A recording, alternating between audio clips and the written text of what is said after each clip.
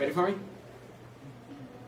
The Minnesota Supreme Court today affirmed that state law requires the city to ensure that residents have solid waste collection services, that the city correctly followed the required public process to establish coordinated collection, and that the 5-year contract between the city and the Haulers Consortium will remain in place independent of the ballot question this fall. With this clear decision, there is no question about whether or not the contract will remain in place. Citywide hauling will continue uninterrupted in the city of St. Paul. The referendum this fall is no longer a question about whether or not our coordinated collection system will continue, but about how we will pay for it. If voters repeal the ordinance, the $27.1 million annual cost of the contract will shift from individual ratepayers to all property tax payers in the city, resulting in a 17.4% increase in the city's property tax levy. This means that some of those not receiving garbage services, including small businesses and multifamily residential properties and renters in those spaces, may have to foot the bill through these property taxes. Because our city is at its best when our residents are engaged in the important work of shaping the future of our city together, I encourage voters to educate themselves on the impacts of a yes vote and on the impacts of a no vote and participate in the public process. The city of St. Paul will continue to protect public health and safety by ensuring that garbage collection continues uninterrupted through Election Day and beyond. Moving forward, we will continue to work with our residents and the Haulers Consortium to continue building an even better system. I look forward to continuing this dialogue and building an even more sustainable future for our city together. Happy to take any questions.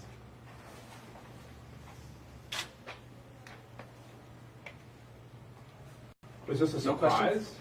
What'd you say? Was this decision a surprise today, or was this what you were expecting all along? As you know, Fred, we've been looking forward to the further clarity that we got in today's decision.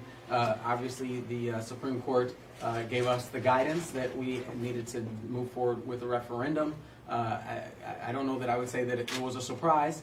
It's something that we have known has continued to be a possibility, but I'll say that having the clarification from the court gives us the information that we need to chart the path forward.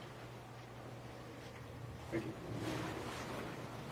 We just kind of thought throughout this process, there was a lot of people speaking up, getting involved, a lot of strong feelings on both sides. So to kind of have this today, what are you thinking about kind of looking back on this process and what it's been like for you in your office? I appreciate all of the residents who have gotten engaged in this conversation. I've talked to folks who are passionate about hauling, about organized hauling, who are passionate about all of the goals, who continue to be passionate about all the goals that we established this system to create, from reducing diesel emissions in our city to reducing wear and tear on our streets, noise, and all of those things, who are pleased with the impacts that this system has had on all of those goals. I've also talked to folks who have been concerned. I think it bodes well for our city when people come forward with their concerns and participate in the public process and participate in the public dialogue, especially to the extent that we're able to do that civilly and respectfully in a way that's constructive moving forward. We'll continue to participate in that conversation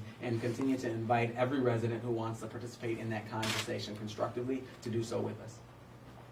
Is there any place, like maybe on the city website, where people can kind of get a breakdown of what this vote means if maybe they didn't catch today's announcement or they just want to be obviously informed when they go to the ballot?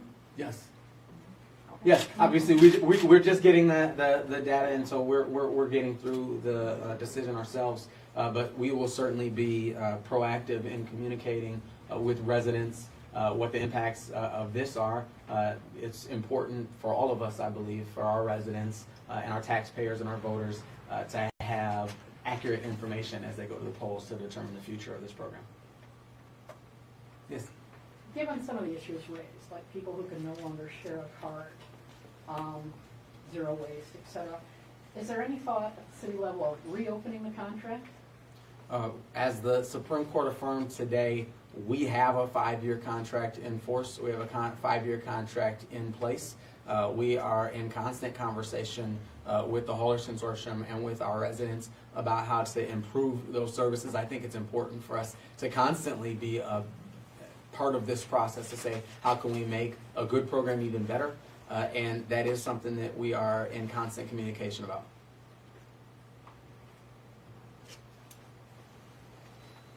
Other questions? Fantastic. Thank you all.